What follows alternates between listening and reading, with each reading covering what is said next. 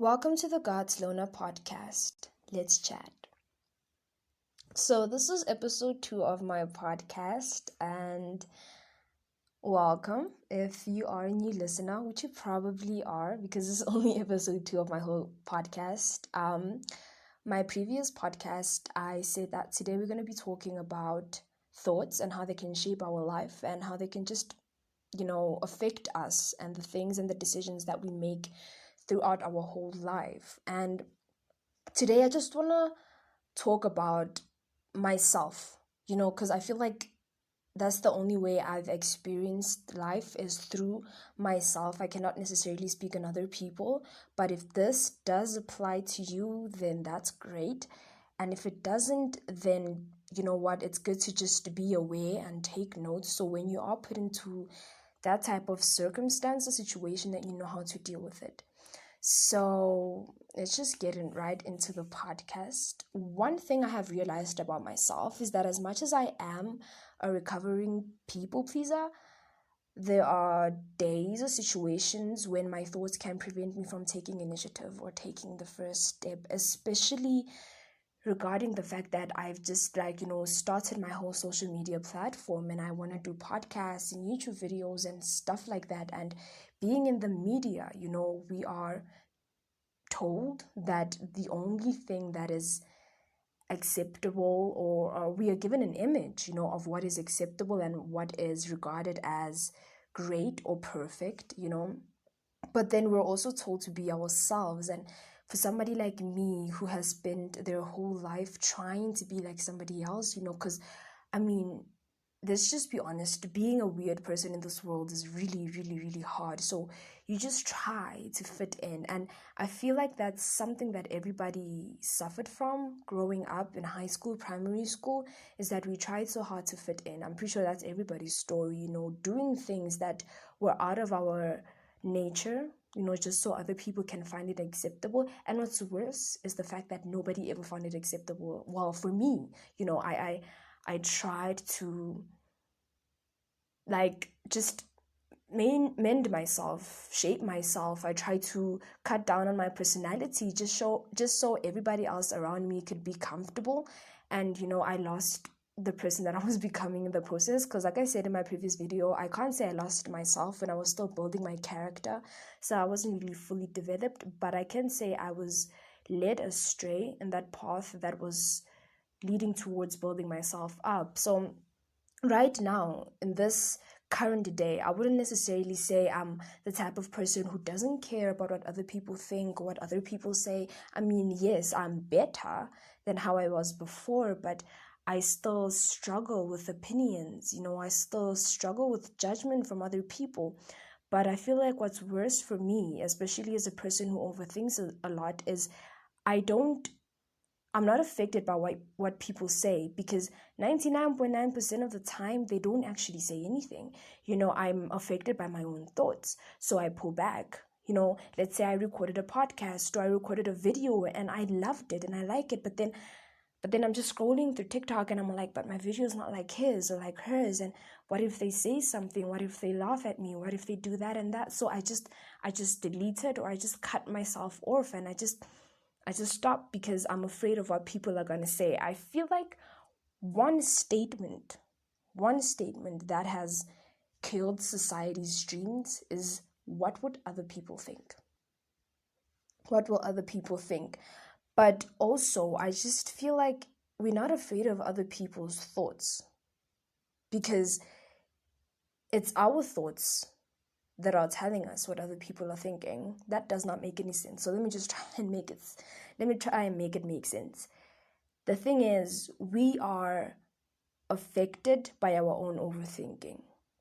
And I can tell you right now, please stop overthinking, but it's not that easy. It's not easy to just stop, to just switch your mind off. I wish somebody could tell me. I wish somebody could just tell me that trick to just switch it all off, because I really want to switch off all the overthinking.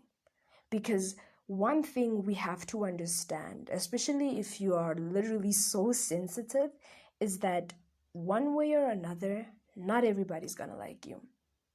Not everybody's gonna like you. So if you're a people pleaser and if you suffer from seeking validation from people who don't even know you, you gotta understand that not everybody's gonna like you. So when you do post that video, when you do post that content, when you do take that first step, understand that there are people that are gonna be with you and there are people that are gonna be against you. But I understand that it's not that easy. It's not that easy to just be that brave. So one thing I learned, from this video that I watched, one thing I heard from this motivational video I watched on YouTube once, it said that when you're overthinking and you're just thinking so much and you're just anxious and everything, right? It's that simple. Write it all down. Even the things you're ashamed of, just write it all down because you're the only one that is going to read it. So write it all down. All the things that are bothering you, all the good things, all the bad things, write it all down. Okay? And scratch out everything that you cannot control. All the small things that you cannot control. Number one, being people's reactions towards the things that you're going to do. You cannot control them. So write it all down. Write down scratch it all out. Scratch out every single thing that you cannot control and deal with the things that you can. That's the first step in taking initiative, is writing it all down and scratching out things that you things that you cannot control, because we can't control everything. And I feel like that's everybody's weakness, is understanding that majority of the things that happen in this world is out of our control. And the only thing that we do have control over, the one most powerful tool that we do have control over, is how we react to situations that we're put in. So that's one thing I learned, especially as an overthinker, And as I am growing and I'm in this path of healing, it has helped a lot. It has helped a lot to especially when you learn about things. We're on social media and we spend 90% of our times watching and indulging in useless things. So me personally, by the way, and I decided, what? Let me just switch it up. So I started searching things that are gonna help me out, started searching and educating myself when it comes to things like overthinking or anxiety, especially when it comes to being a content creator. And one thing I've learned is that 90% of the people struggle with the same things. One thing that I never really understood when it comes to mental health issues is when people say you're not alone.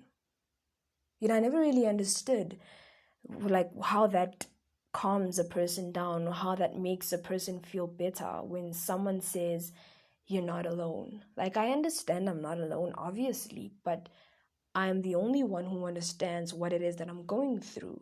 And for you to tell me that I'm not alone, it's kind of not really helping here, but when it came to this thing, when it came to this part of this situation, content creating and wanting to be, wanting to take that type of thing seriously, and when I understood that anxiety and stuff like that is normal, not normal, it is, it happens to majority of the people who are content creators, that they do worry about these type of things, that when you are a new content creator, you are not gonna really get the type of audience that you want. And that's okay, that's normal. We have to normalize that we are gonna have to start small, but growth comes with being consistent. Okay, if you're gonna give up because you're not reaching the audience or the amount of views and people you want to reach, then there's no point. Okay, you're just disappointing yourself. But if you stay consistent in what you're doing, regardless of the thoughts, regardless of that voice in your head that's telling you that, oh my god, no one's gonna watch this, oh my god, no one's gonna listen to this, bro, you only got 2 views, you might as well just take it down and just do something else, or do it like them, or do it like them, and do it like them, because that's what my voice tells me 99.9% of the time, is you probably didn't get any views because you're not even, I mean, you're not even doing it like them, or your quality of your content is not as great as theirs. But then one thing I did, like one thing I'm grateful that I did, is I went to like famous YouTuber videos, right? And like I just scrolled down to their like first videos, and I just looked at like everything, and as their videos went by, I recognized the growth. And that's what makes me excited. That's what calms my overthinking and my anxiety when I do create content, is that everybody started from the bottom. No one started great. No one could have started great. Everybody started from the bottom, and they all grew. That's how you grow. You cannot grow from a higher level. That's impossible. That's why it's called growth to begin with, because you're starting from a lower level and you're ascending. So I do that, and I just look at their past videos, and I'm like, okay, so this is how it started, and this is how they were consistent. They never gave up, regardless of the bad comments, regardless of the quality of the content. They just kept going until they actually reached the top. And that's one thing I feel like keeps me going. But also when it comes to the mental health part, the overthinking, I realized that a lot of people have so much anxiety. I feel like anxiety is what everybody has. Anxiety is something that I can say is an emotion. Yes, anxiety is an emotion. Severe anxiety, that's a problem that not everybody has. Like me, I have severe anxiety, meaning it's recurring, it's always there. But just anxiety in general, everybody has felt anxious in one part of their life. And to understand that even the greatest people out there have things like anxiety and depression, and they're still able to be who they are, that also gives me motivation. So I kind of realized, that as a person, especially when you're starting from the bottom, thoughts are always going to be there. We cannot switch off our thoughts. But I'm going to tell you one thing, is that you can control them. It is very much possible, because a negative thought, let me just tell you something, a negative thought doesn't just come out of nowhere. A negative thought is always built up. It's always conceived out of, you can either be in a situation, and negative thinking becomes a reflex that you have built on. But as much as a negative thought was intentional, a positive one can also be intentional, meaning you do have the power to say that, you know what, not now. Just not now. Okay, just please. Okay, I know things seem to be falling apart, but I really would like to be content, and I would really like to be within peace right now. So if you don't mind, just like, I understand it might seem bad, but I would really like to see the bright side out of this whole dark space and situation. You do have the power over your thoughts, okay? And one thing that I heard my dad say was that your life is summed up by the decisions that you have made, and your decisions are summed up by your thoughts. That's powerful. That literally needs you to sit down and marinate your whole mind in that, in order for you to understand, and leaning towards the whole decision subject, I feel like I want to say something that I feel like a lot of people are not ready to hear, a lot of people are not ready to understand, and that is, you do have the power over your decisions. You do have the power over your decisions. Yes, you went through a whole lot of things in your life, but no, your decision to do something, your reaction towards something, is not because of what happened to you 10 years ago, or because of what happened to you when you were 5, or because of what somebody did to you. No, that's not how it works. I'm sorry, but that's not how it works. Before you react to a certain situation, you are left with a decision. Before you say something, you are left with a decision. And to be honest, personally speaking, I know that's hard.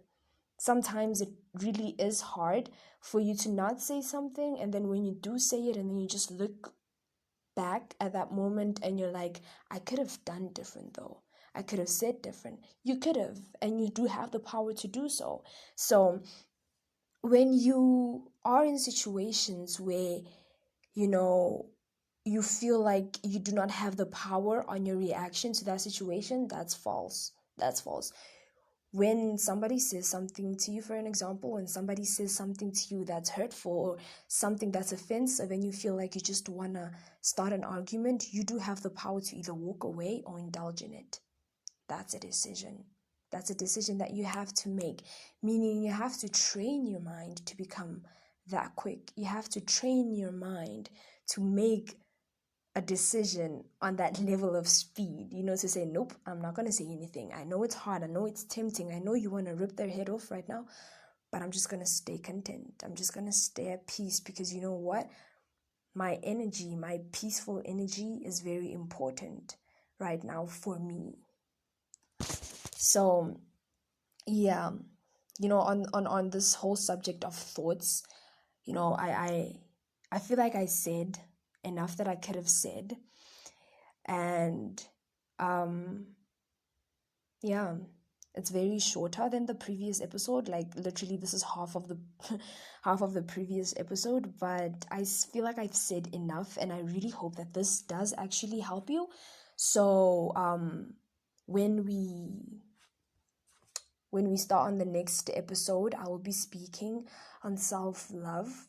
I like how I just plan. I like how I just say things like, oh yeah, on the next episode I'll say this. And then when the next episode does come and I'm just like, oh my God, why did I say that in my previous episode? Now they're like waiting for me to speak about that.